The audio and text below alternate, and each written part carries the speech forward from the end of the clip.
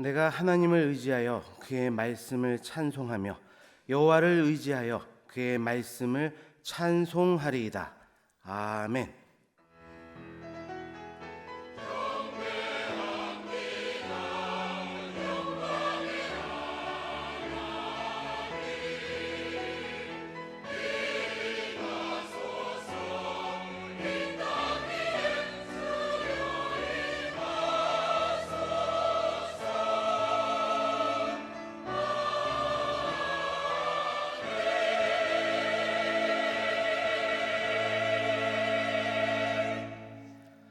다 같이 찬송가 36장 1절을 부르시겠습니다.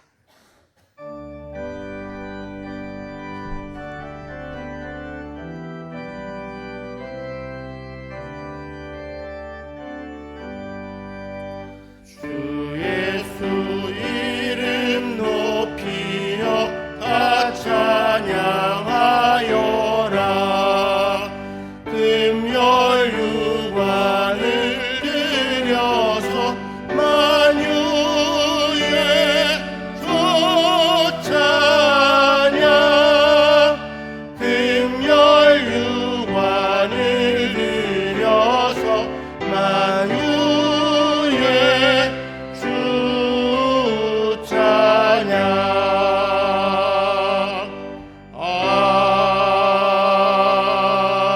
아멘.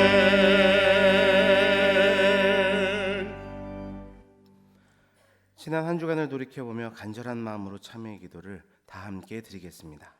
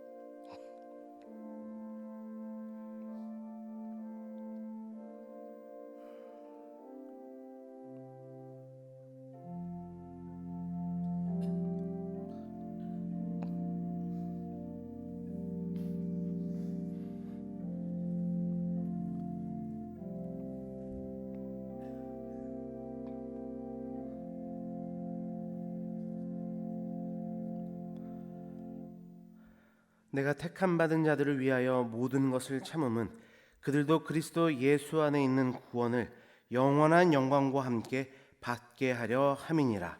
아멘. 성시교독은 교독문 3번 시편 4편 말씀입니다.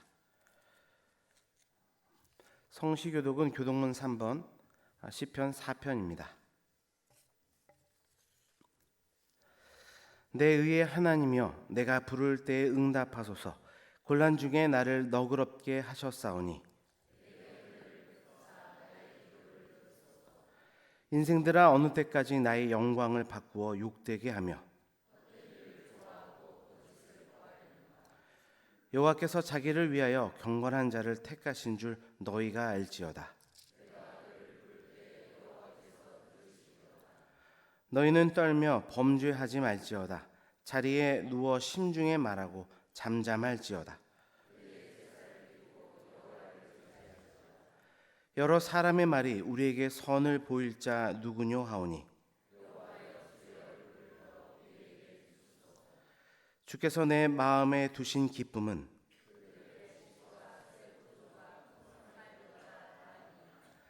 내가 평안히 눕고 자기도 하리니 아멘. 다 같이 찬송가 502장을 부르시겠습니다.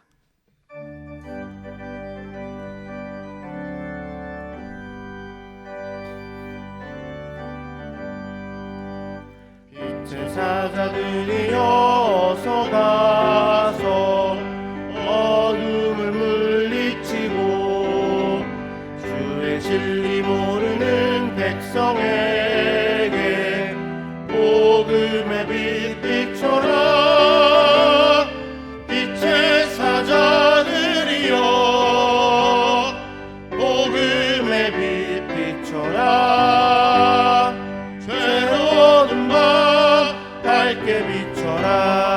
빛의 사자들이여 선한 사역 위하여 힘을 내라. 주 함께 하시겠네.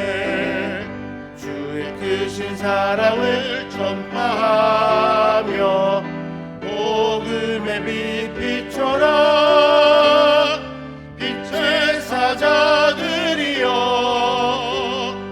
복음의 빛 비춰라.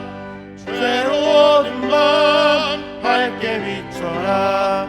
빛의 사자들이여 주님 부탁하신 말 순종하여 이 진리 전파하라. 산을 넘고 물 건너 힘을 다해 복음의 빛 비춰라. 빛의 사자들이여 복음의 빛 비춰라. 괴로운 밤 밝게 비춰라. 빛의 사자들이여 동서남북 어디나 땅끝까지 주님만 의지하고 눈 어두워 못 보는 백성에게 복음의 빛 비춰라. 빛의 사자들이여 복음의 빛 비춰라.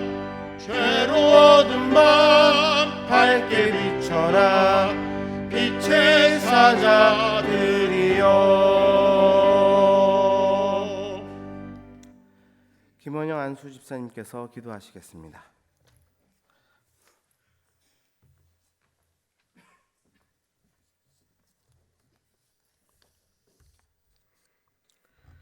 사랑하는 하나님 아버지, 11월 첫 주일을 맞아 겸손한 마음으로 나아오니 저희 첫 주일 예배를 기쁘게 받아 주시옵소서. 한 주간 세상에서 죄의 허물이 많음을 고백합니다. 주께서 주신 삶의 꿈과 소망과 비전을 가꾸어가는 11월이 되기 위해 기도합니다. 하나님 나라와 의를 구하는 믿음의 삶을 되게 하시고 하나님께서 기뻐하신 일을 행하는 모든 성도들이 되게 하여 주시옵소서.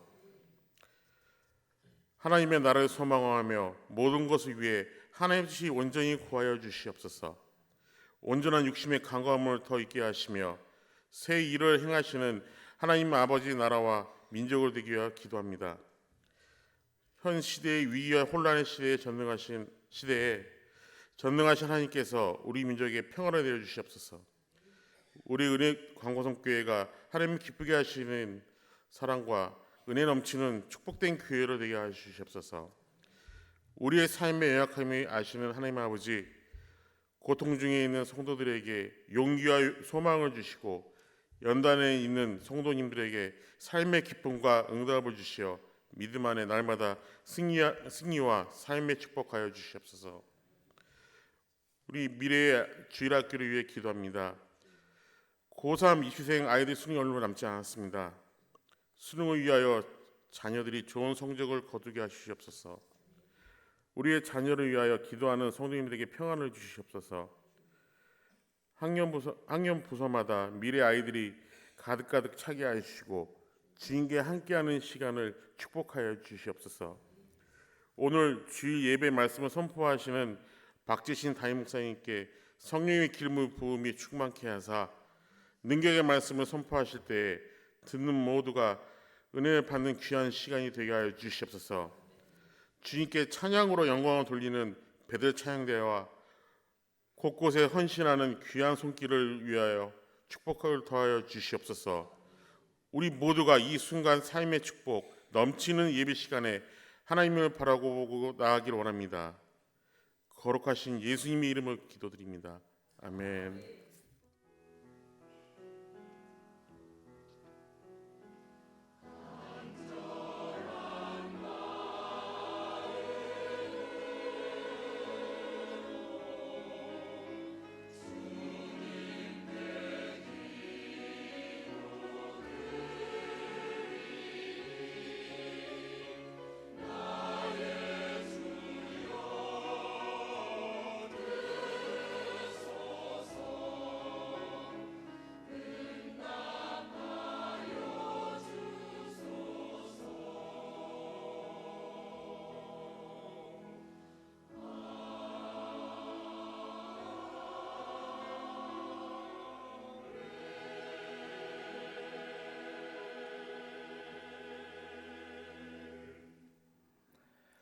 하나님의 말씀은 로마서 1장 14절에서 16절까지의 말씀입니다. 신약 성경 239쪽입니다. 하나님의 말씀은 로마서 1장 14절에서 16절까지의 말씀입니다. 신약 성경 239쪽입니다. 헬라인이나 야만인이나 지혜 있는 자나 어리석은 자에게 다 내가 빚진 자라. 그러므로 나는 할 수 있는 대로 로마에 있는 너희에게도 복음 전하기를 원하노라. 내가 복음을 부끄러워하지 아니하노니 이 복음은 모든 믿는 자에게 구원을 주시는 하나님의 능력이 됨이라. 먼저는 유대인에게요 그리고 헬라인에게로다. 아멘.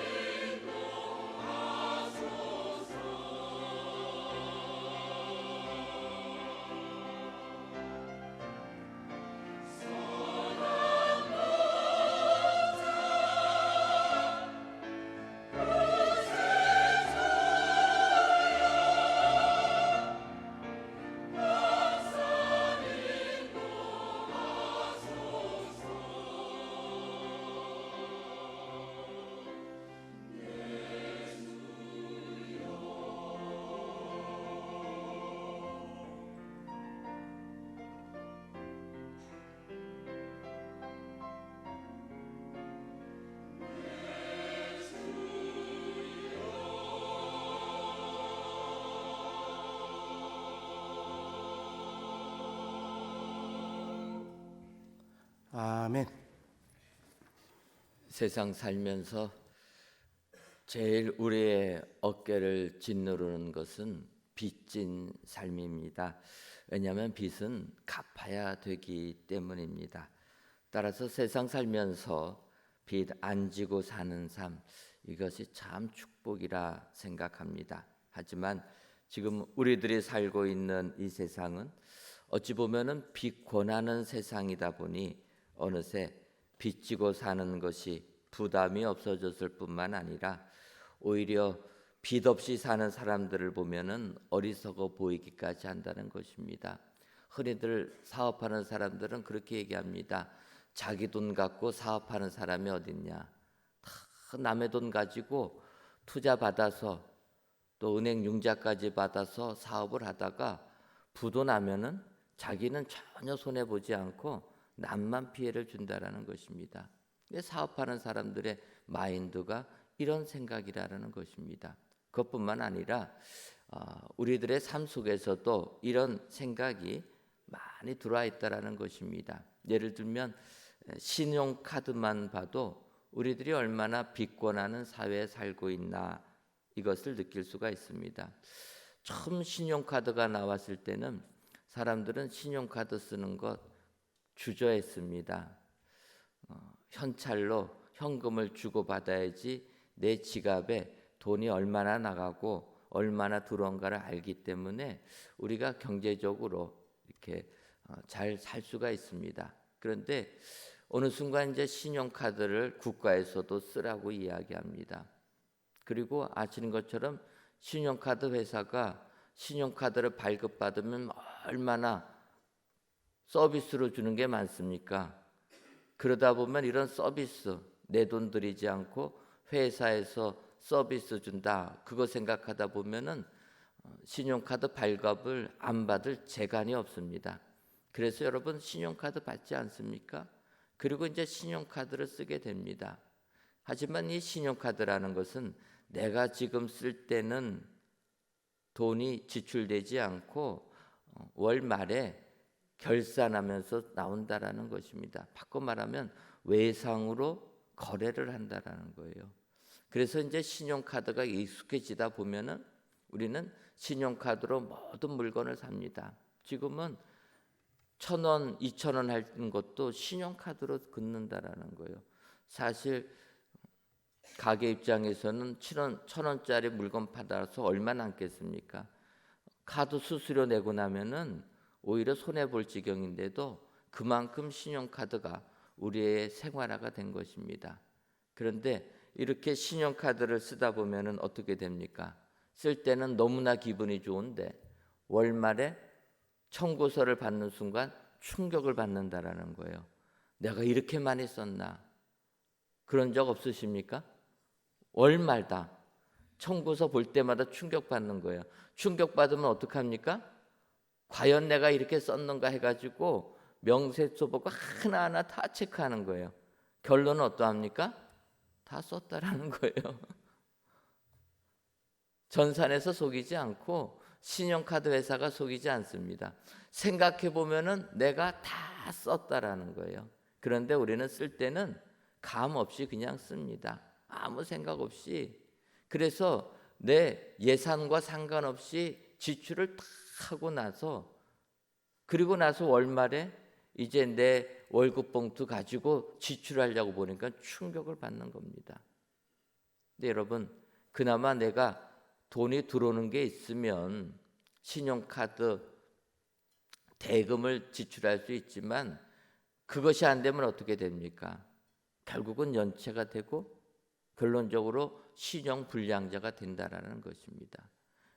이렇게 빚지고 사는 삶은 우리로 하여금 추락으로 떨어뜨리는 파멸로 떨어뜨리는 그러한 내용인데 우리는 세상 살면서 이것을 두려워하지 않는다라는 것입니다. 바울 사도는 성도들에게 그렇게 권합니다.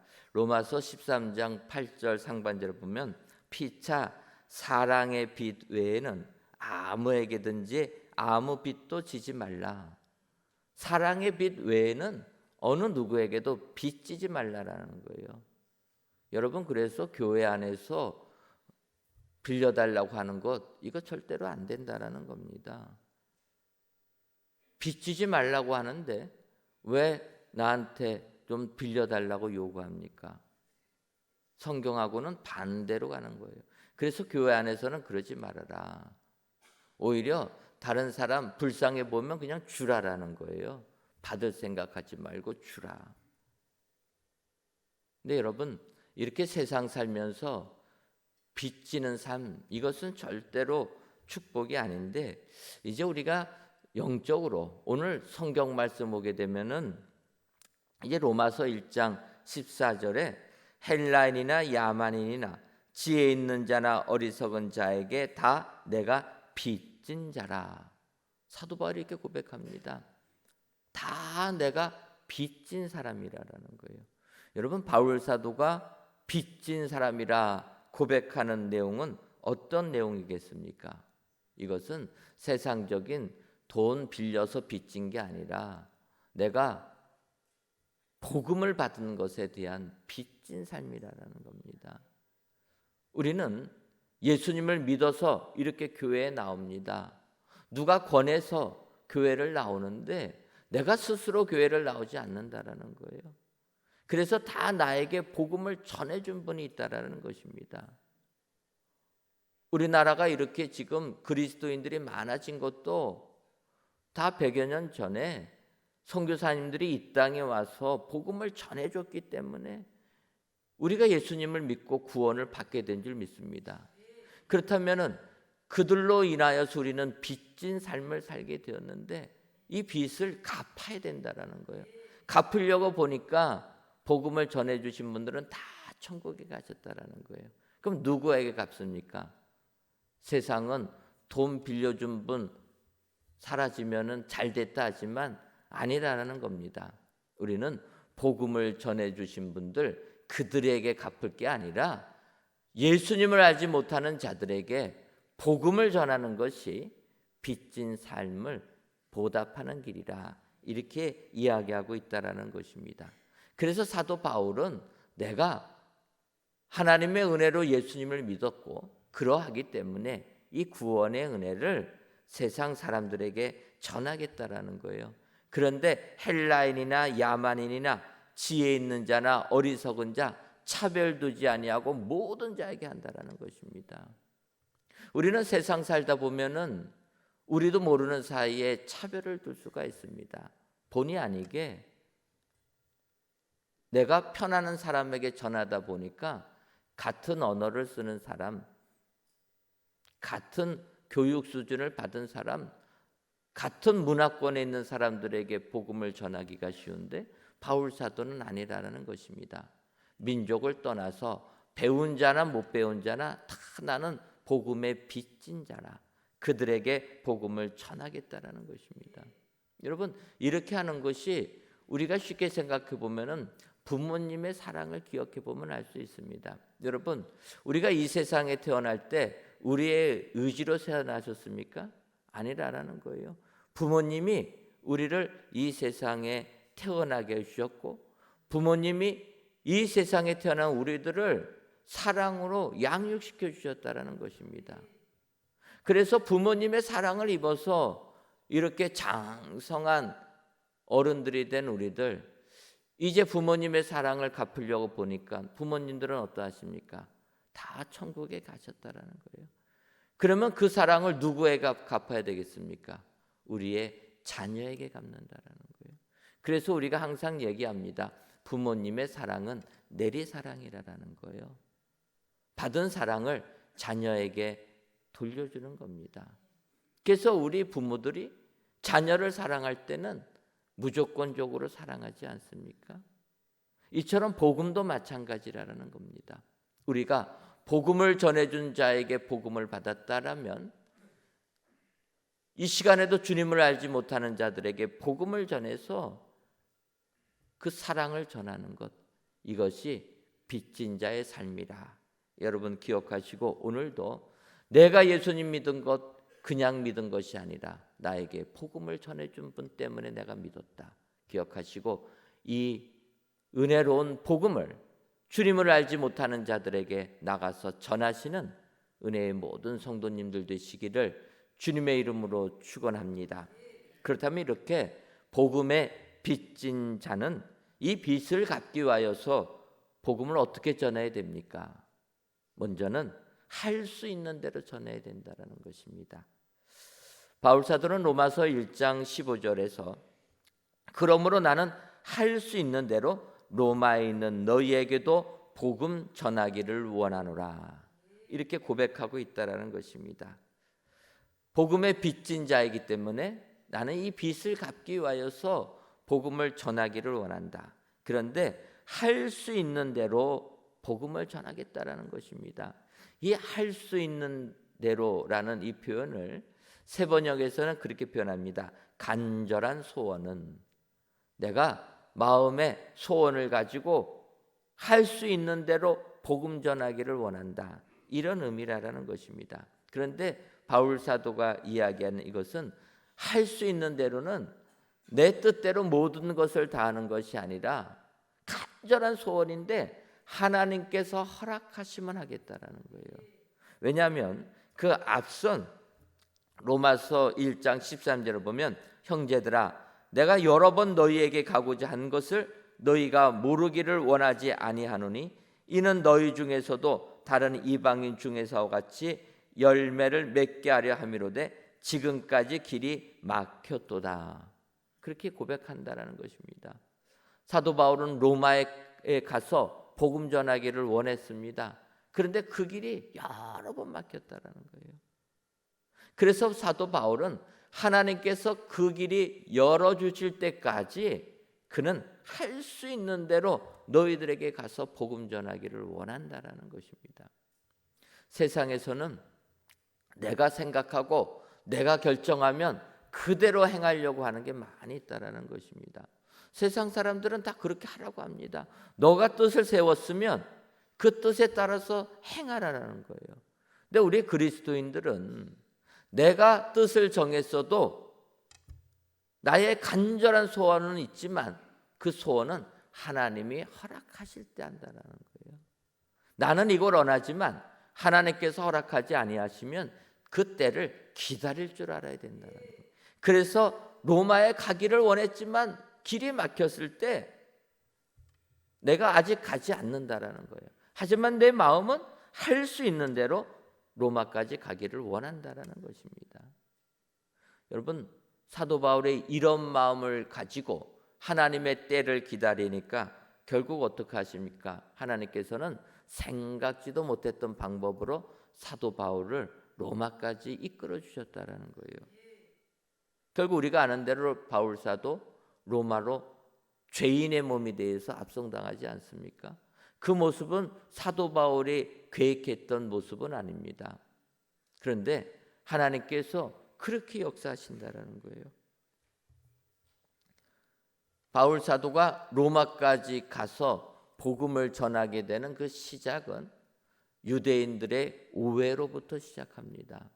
우리가 아는 대로 사도 바울의 3차 전도행을 마치고 예루살렘에 돌아오게 됩니다. 그래서 예루살렘의 교환에서 초대교회 사도들을 만나는데 야고보 사도를 만납니다. 예루살렘 교회의 지도자입니다. 그 야고보 사도를 만나서 얘기하니까 야고보 사도가 얘기하는 거예요. 유대인들이 너를 율법을 폐하는 사람이라 오해하니까 이제 예루살렘 와서 나는 율법을 그래도 지키는 사람이라 보여주기 위하여서 성전에 올라가서 제사를 드리라. 지금 성전에 올라가서 제사 드리려고 준비한 사람들이 있으니까 함께 가서 제사를 드리라고 권합니다. 사도 바울도 예전에 주께 서원한 것이 있어서 해야 되겠다 생각했는데 야고보 사도가 권하니까 흔쾌히 승낙을 하고 성전에 올라가서 제사를 드렸다는 거예요. 그런데 문제는 사도 바울이 사도행전 21장 29절을 보면 이는 그들이 전에 에베소 사람 드로비노가 바울과 함께 시내에 있음을 보고 바울이 그를 성전에 데리고 들어가 준 걸 생각함이로라. 사도 바울은 야고보 사도가 성전에 올라가서 제사, 정결 예식을 치르기로 했던 사람들 그들과 함께 가라고 해서 그렇게 올라갔는데 유대인들은 사도 바울이 에베소 사람 드로비모와 같이 간 걸로 착각했다라는 것입니다. 에베소 사람은 헬라인 아닙니까? 이방인이라는 거예요. 그래서 이방인이 어떻게 성전에 들어갈 수 있느냐? 바울 사도는 드로비모 데리고 성전에 간 게 아닙니다.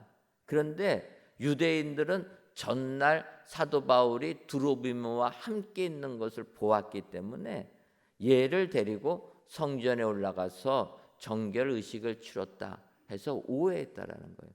오해해가지고 사도 바울을 끌어 잡아내립니다. 그것을 천부장이 막았고 천부장이 채찍질하려고 하니까 사도 바울이 나는 로마 시민권자라 이야기를 하게 되었고 결국은 로마로 압송이 되었다라는 것입니다. 여러분, 내가 할 수 있는 대로 내 소원을 품고 하나님의 때를 기다리면 하나님께서 예정된 때에 그 소원을 이루어 주실 줄 믿습니다. 그래서 사도 바울은 자기가 계획한 것은 아니지만 어찌 보면은 오해로부터 시작하는 것이지만 거기에서부터 하나님의 역사가 임하여서 로마까지 가서 복음을 전하는 축복자가 되었다. 성경이 말씀하고 있습니다. 오늘 귀한 예배를 드리시는 사랑하는 성도 여러분, 우리는 다 복음의 빚진 자입니다. 우리는 할 수 있는 대로 복음을 전해야 될 줄 믿습니다. 하나님의 역사는 우리의 생각을 넘어서 그대로 뜻이 이루어지는 줄 믿습니다. 오늘도 우리가 세상 살면서 예수님을 믿게 된 것은 하나님의 은혜인 줄 믿습니다. 내 뜻이 아니고 하나님께서 택하셔서 우리에게 구원의 은혜를 주신 줄 믿습니다. 그 시작은 우리의 생각과 전혀 다를지라도 하나님께서는 우리들을 구원해 주실 줄 믿습니다. 오늘도 진정으로 나는 복음의 빚진 자라 기억하시고 그 복음의 빚을 갚으시는데 할 수 있는 대로 복음을 증거하셔서 주께 영광을 돌리시는 은혜의 모든 성도님들 되시기를 주님의 이름으로 축원합니다. 다음으로 복음의 빚진 자는 부끄러워하지 아니하고 복음을 전해야 됩니다. 로마서 1장 16절을 보면 내가 복음을 부끄러워하지 아니하노니 이 복음은 모든 믿는 자에게 구원을 주시는 하나님의 능력이 됨이라. 먼저는 유대인에게요 그리고 헬라인에게로다. 이렇게 바울 사도는 고백합니다. 그런데 여기서 먼저 상반절을 보면 내가 복음을 부끄러워하지 아니하노니. 여러분, 복음을 증거할 때는 부끄러워하지 아니하고 복음을 전해야 될 줄 믿습니다. 그래서 바울 사도는 부끄러워하지 않았다는 거예요. 당당하게 복음을 전했다라는 것입니다. 근데 우리가 세상을 살면서 부끄러움을 느낄 때는 어느 때 부끄러움을 느낍니까? 우리가 부끄러움을 느낄 때는 다수의 사람들이 좋게 생각하지 않을 때 소수인 내가 어떤 행동을 하려고 하다 보면 그게 부끄러워진다라는 거예요. 예를 들면 여러분 요즘에 스마트폰 가지고 생활하다 보면 실수할 때가 종종 있습니다. 어떤 실수입니까? 벨소리 무음으로 해야 되는데 깜빡해가지고 벨소리가 울리는 거예요. 저도 이런 실수를 한 적이 있었습니다. 예전에 음악회를 갔는데 음악회 시작하기 전에는 항상 광고하지 않습니까? 이제는 음악회를 시작하려고 하니까 벨소리는 다 무음으로 아니면 핸드폰 전원을 꺼달라. 그렇게 멘트가 나옵니다. 저 역시 스마트폰을 꺼내가지고 봤는데 무음으로 벌써 되어 있더라고요. 그래서 내가 벌써 스마트폰 음악회 들어올 때 무음으로 했나 보다. 그렇게 생각하고 이제 음악회 시작에 대해서 열심히 음악을 감상하고 있는데 벨 소리가 울리는 거예요. 그래서 제가 울리는 쪽을 향해서 째려봤죠. 이 무식한. 근데 이렇게 소리를 듣다 보니까 어디서 납니까? 제 주머니에서 나는 거예요. 깜짝 놀라가지고 봤더니 제 핸드폰에서 전화가 울리는 겁니다. 얼마나 당황스럽고 부끄러운지. 그래서 이제 벨소리를 끈 다음에 그 다음부터는 음악 소리는 전혀 귀에 들리지 않고 내가 왜 이런 실수를 했을까? 그래서 주변 사람들의 눈총을 왜 받아야 됐을까? 그렇게 생각을 하다 보니까 순간적으로 여러분 이게 핸드폰 보면은 무음하면은 이렇게 모양이 뜨지 않습니까? 그 모양 뜬 거하고 그 옆에 LTE 뭐 이렇게 연결됐다는 거를 착각한 거예요. 그래서 핸드폰 수신될 수 있다라는 표시를 순간적으로 무음 처리된 걸로 본 거예요. 그래서 당당하게 음악 감상하다가 주변 사람들의 그 눈총을 받아가지고 얼마나 부끄러운지 몰랐습니다. 여러분, 부끄럽다라는 것은 내가 소수고 다른 사람이 다수인데 다수의 생각과 내 생각이 다를 때 우리는 부끄러움을 느낀다라는 거예요. 세상은 주를 믿지 않은 자들이 많이 있습니다. 그런 자들에게 예수님 믿어라, 예수님 믿으면 구원을 받는다 이야기할 때 그들은 우리를 조롱한다라는 거예요. 여러분, 세상 사람들은 세상의 지식 가지고 살지 않습니까? 세상을 보면은 믿음 갖고 사는 게 아니라 세상의 힘을 가지고 내 능력 가지고 산다라는 거예요. 그런데 그들을 향하여서 그것이 아니고 예수님 믿어야지만 구원을 받습니다. 내가 아무리 무엇을 하려고 해도 되는 게 아니고 우리를 구원하기 위하여 십자가 달려 돌아가신 예수 그리스도를 하나님의 아들로 믿고 그 예수님을 나의 구주로 믿는 사람이 구원을 받고 영생의 축복을 받습니다. 그렇게 이야기하면 그들은 비웃는다라는 거예요. 예수님 믿느니 내 주먹을 믿어라 하는 것 아닙니까? 내 능력을 믿어라 하는 것 아닙니까? 그럴 때 우리들 다수가 그러면은요, 혼자 내가 그것을 외칠 때 부끄럽다라는 거예요. 그래서 못하는 겁니다. 오늘 바울 사도가 이야기하다가는 거예요. 나는 복음을 부끄러워하지 않았다라는 거예요. 다수가 나를 조롱하고 아니다라고 해도 나는 부활하신 예수님을 만났기 때문에, 그래서 복음의 빚진 자이기 때문에 복음을 부끄러워하지 아니하고 나는 복음을 전하겠다라는 거예요. 그래서 여러분, 우리는 이러한 주변 사람들의 시선 두려워하지 말아야 될 줄 믿습니다. 목회자가 되어서 신방을 하다 보면은 간혹가다 감옥에 갇힌 분들 신방을 해달라 이런 부탁을 받을 때가 있습니다. 사실 처음에 교도소에 가서 신방한다 하면은 조금은 부담스럽습니다. 근데 여러분 생각해 보면 그분들에게 더 가서 위로해 줘야 되는 것 아닙니까? 어떠한 죄를 지었든지 간에, 어떠한 문제가 있든지 간에 자유가 억압돼서 그 구속의 삶을 사는 자들, 예수님의 사랑으로 우리가 위로해 주고 용기를 더해 줘야 된다라는 것입니다. 그런데 목회자들에게 교도소 신방 좀 해달라 부탁하는 분들이 그거 부탁하면서도 힘들어한다라는 거예요. 목사님에게 교도소 좀 같이 가달라 부탁이 너무나도 부끄럽다라는 거예요. 여러분, 부끄러워할 필요가 전혀 없다라는 겁니다. 오히려 그런 것들을 더 사랑으로 돌봐주는 것, 이게 필요하다라는 겁니다. 사도 바울은 그렇게 이야기합니다.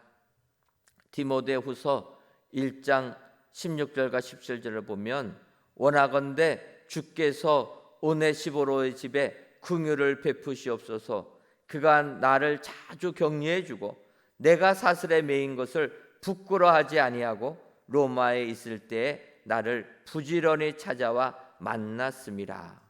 여러분, 사도 바울이 감옥에 있을 때 오네시보로라는 사람은 감옥에 갇힌 바울을 부끄러워하지 않았다라는 겁니다. 오히려 그를 자주 찾아와서 위로해 주었다라는 거예요. 여러분, 감옥에 갇힌 사람, 예나 지금이나 마찬가지로 사람들의 눈총 받는 사람 아닙니까? 그런데 사도 바울이 감옥에 갇혀 있다 하니까 그런 눈총 두려워하지 아니하고 부끄러워하지 아니하고 위로해 주었다라는 겁니다. 여러분, 우리가 믿음의 사람이 되면은 우리는 믿음의 당당함을 가져야 될 줄 믿습니다. 세상이 뭐라고 하든지 간에, 세상 사람들이 너는 왜 이렇게 사냐? 왜 이렇게 어리석게 사냐? 왜 주일마다 예배당에 나와서 예배 드리냐? 이제 5일 근무제가 됐는데 가족들과 함께 여행도 다니고 행복하게 내 삶을 수고하며 살아야 되지 않냐? 세상 사람들은 우리들을 조롱한다라는 거예요. 근데 여러분, 이럴 때 위축당하지 마시기 바랍니다. 사도 바울은 당당하게 내가 믿는 예수님, 나를 구원해 주신 예수님, 그 예수님 믿는 게 최고의 기쁨이라. 너희들은 세상에서 기쁨 찾지만 나는 예수님과 함께 영원한 기쁨을 누린다. 당당하게 복음을 전했다라는 것입니다. 오늘도 나는 복음의 빚진 자라. 그래서 내가 예수를 믿게 되었다. 기억하시고 복음을 부끄러워하지 아니하시고 복음을 내 주변 사람들에게 증거하셔서 주님의 칭찬을 듬뿍 받으시는 은혜의 성도님들이 되시기를 주님의 이름으로 축원합니다. 마지막으로 복음의 빚진 자는 복음의 능력을 믿으며 복음을 증거해야 된다라는 것입니다.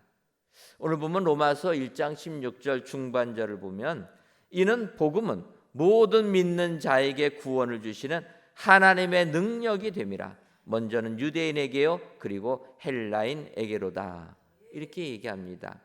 복음은 모든 믿는 자들에게 구원을 주시는 하나님의 능력이라는 겁니다. 여러분, 복음은 예수 그리스도, 우리를 구원하기 위하여 이 땅에 오신 예수 그리스도, 그 예수 그리스도를 믿는 것이 복된 소식인 줄 믿습니다. 그게 복음이라는 거예요. 구약에서부터 예언하신 예수 그리스도, 이 땅에 오셔서 세상 사람들에게 주의 구원을 선포하신 예수 그리스도, 십자가에 달려 죽으셨지만 사흘 만에 부활하신 예수 그리스도, 그리고 그 예수 그리스도가 승천하신 후에 다시 오시겠다 약속해 주신 그 예수 그리스도, 그 예수 그리스도가 복음이라는 겁니다. 그런데 이 복음은 그것을 믿는 모든 자에게 구원을 주시는 하나님의 능력이라는 거예요. 여러분, 그래서 그 예수님을 믿으면 우리는 구원받게 될 줄 믿습니다. 구원받는다라는 거예요. 그렇다면 여러분, 이 구원받는다는 게 무엇입니까?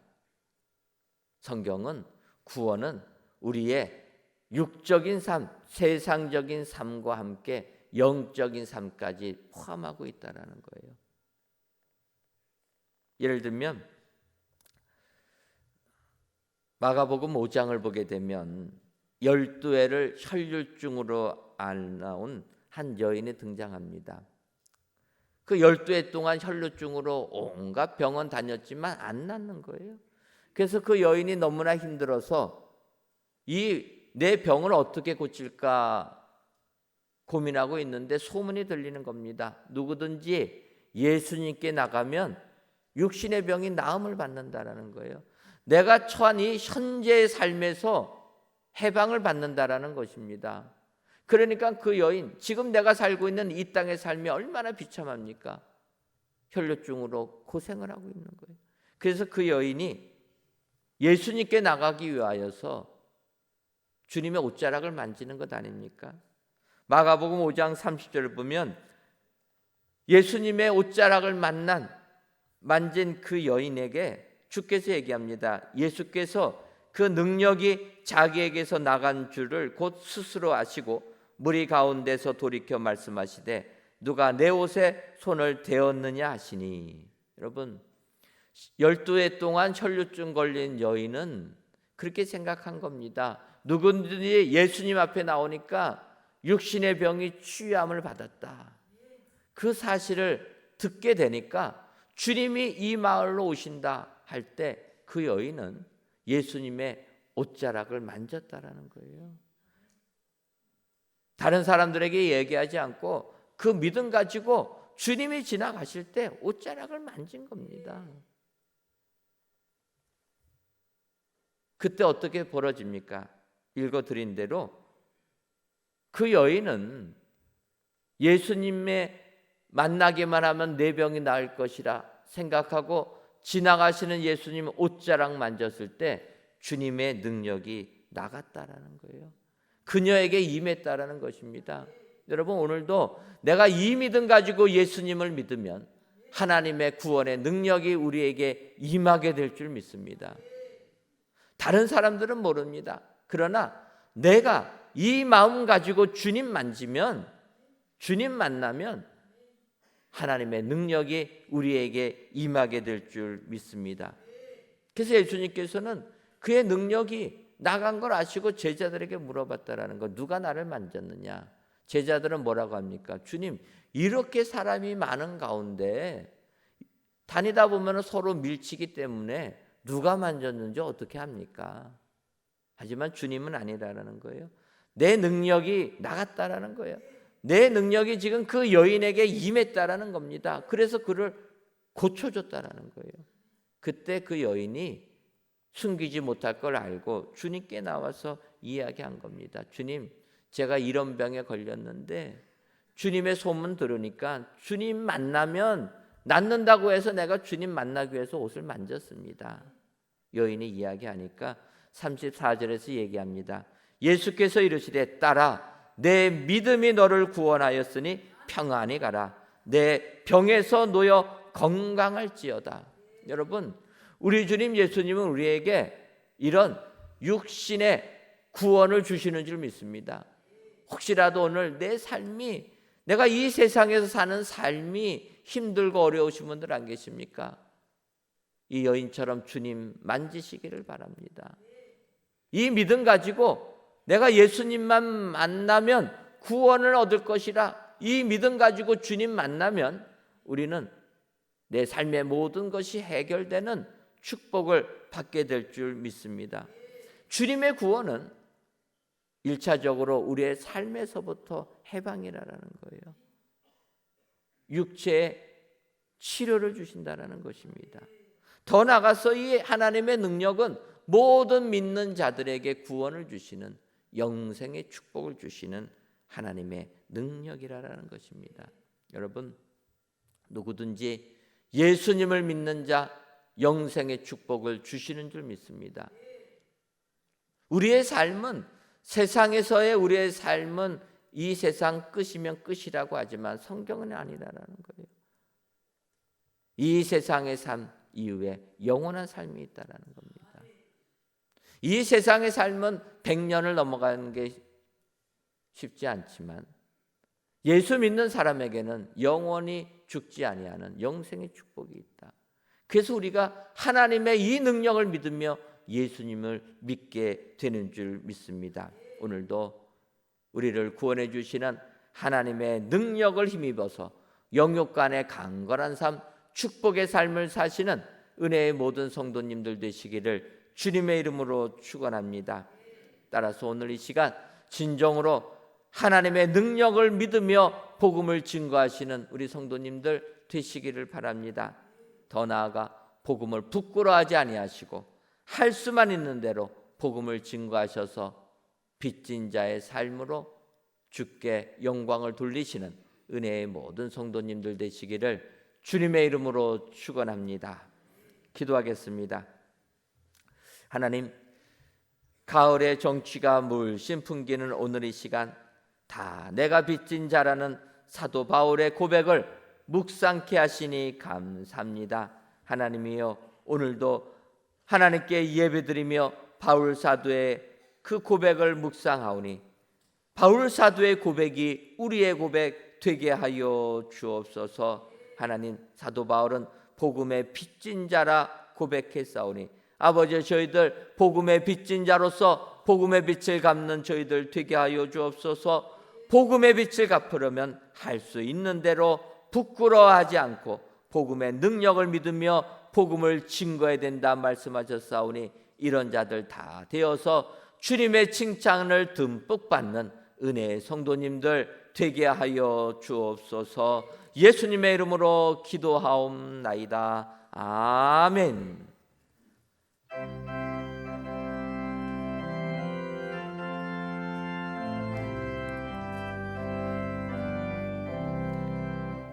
내 주 예수 주신 은혜 한없건만 내 주 앞에 이 적은 것 다 드리니 주 예수여 내 정성을 받으소서. 주 날 위해 오배로운 피 흘리사 그 귀하신 생명까지 다 주시니 내 천한 몸 이 생명을 왜 아끼랴. 주 예수께 빚진 것이 한없건만 나 주 위에 드린 것은 참 적으니 주 예수여 너그럽게 보옵소서. 날 위하여 십자가에 피 흘리신 주 예수의 은혜로서 인치시고 내 모든 것 주의 소유 삼으소서. 주 날 위해 그 귀하신 몸버리사 내 몸을 피값으로 사셨으니 내 생명도 주 예수께 바칩니다.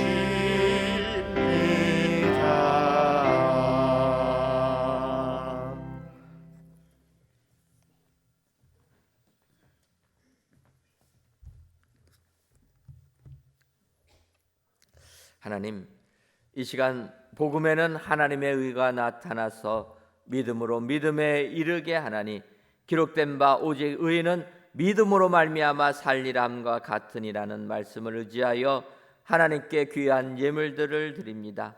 바쳐지는 11조 예물과 감사 예물, 1,000번째 예물과 건축의 예물, 물질 전도 예물과 주정 월정 성미까지 이 모든 예물들을 흠양하여 주옵시며 드리는 저희들에게는 오직 믿음으로만 살아가는 저희들 되게 하여 주옵소서.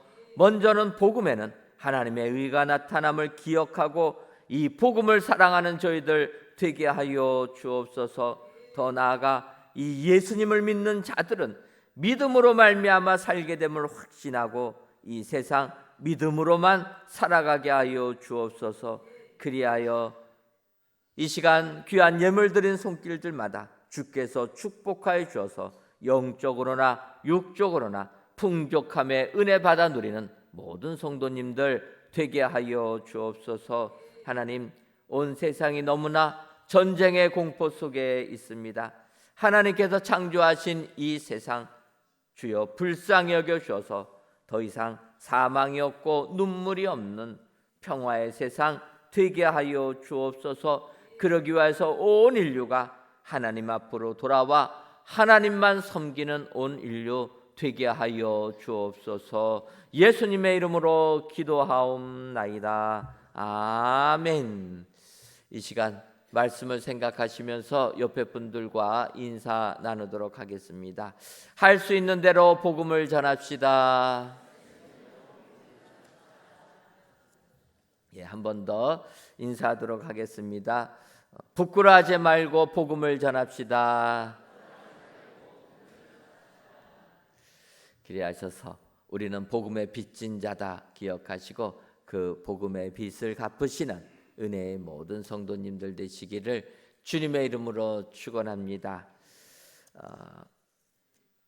총동원 출석 전도의 달을 맞이하여서 오늘 저희 교회 처음 나오신 분들 계신데 잠깐 자리에서 일어서 주시면 저희가 박수로 환영하도록 하겠습니다. 오늘 처음 나오신 분들 감사합니다. 예, 자리에 앉아주시면 감사하겠습니다. 말씀드린 대로 오늘 11월 한 달은 총동원 출석 전도의 달로 저희를 지킵니다. 여러분 기억하시고 또 많이 한 달 동안 출석하는 일, 전도하는 일에 최선을 다해 주시기를 바랍니다. 우리 구역별 교구별로 총동원하여 출석하시고 또 구역별로는 3분씩 전도해 주시면 감사하겠습니다. 저희가 또 출석 체크를 한 달 동안 하기를 원합니다. 기억하시고 낮 예배 오실 때는 입구에서 1층 로비에서 얼굴 인식 우리가 코로나 때 많이 했던 건데 그걸로 해주시고 인식이 안 되시는 분들은 주보에 이렇게 저희들 앞에 로비에 출석표를 해놨습니다. 이거 보시고 써주시면 감사하겠습니다. 오늘 저녁 예배는 총동원 출석 전도의 달 특강이 있습니다. 우리 엄호석 장로님 오셔서 특강해 주시도록 하겠습니다. 2023년도 은혜광성 가을 부흥성회가 선한목자교회 유기선 목사님을 모시고 우리 안에 계신 그리스도라는 주제로 26일 주일 저녁부터 29일 수요일 저녁까지 열립니다. 여러분 부흥성회를 위해서 기도해 주시고 또 부흥성회를 위한 기도회가 14일 화요일부터 23일 목요일까지 교구별로 모인다는 것 기억하셔서 또 기도하시는 일에 힘써 주시면 감사하겠습니다. 3대가 함께하는 특별 새벽 기도회 믿음의 가문을 세우라가 이번 주 토요일 오전 6시에 있습니다. 온 가족이 함께 참여하셔서 축복의 시간이 되시기를 바랍니다. 두란노 아버지 학교가 어제부터 시작하였습니다. 여러분들 기억하셔서 아버지 학교 어제부터 시작했는데 아직까지 참석하기 원하시는 분들은 늦지 않았습니다. 다음 주에도 오는 토요일에도 여러분들 참석하셔서 아버지 학교에 많이 참여해 주시면 감사하겠습니다. 12월 2일까지 매주 토요일 2시부터 5시 30분까지 진행합니다.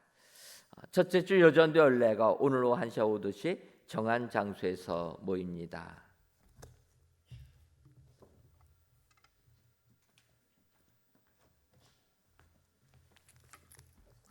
다 같이 찬송가 27장 4절을 부르시겠습니다.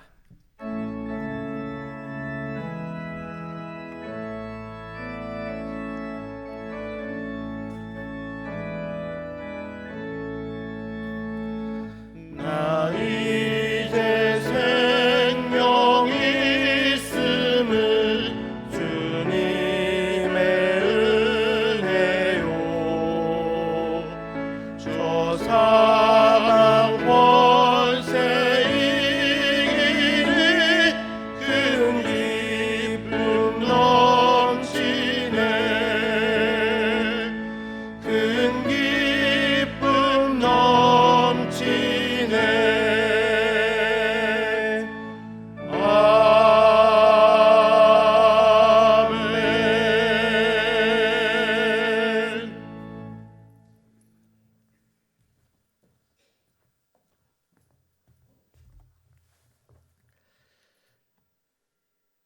이제는 우리 주 예수 그리스도의 크신 은혜와 하나님 아버지의 한량없는 사랑하심과 성령님의 교통하심이 복음의 빚진 자임을 알아 복음의 빚 갚기로 다짐하는 사랑하는 은혜광성교회 모든 성도님들 위에와 속한 가정 위에 이제로부터 영원토록 함께 있을지어다. 아멘.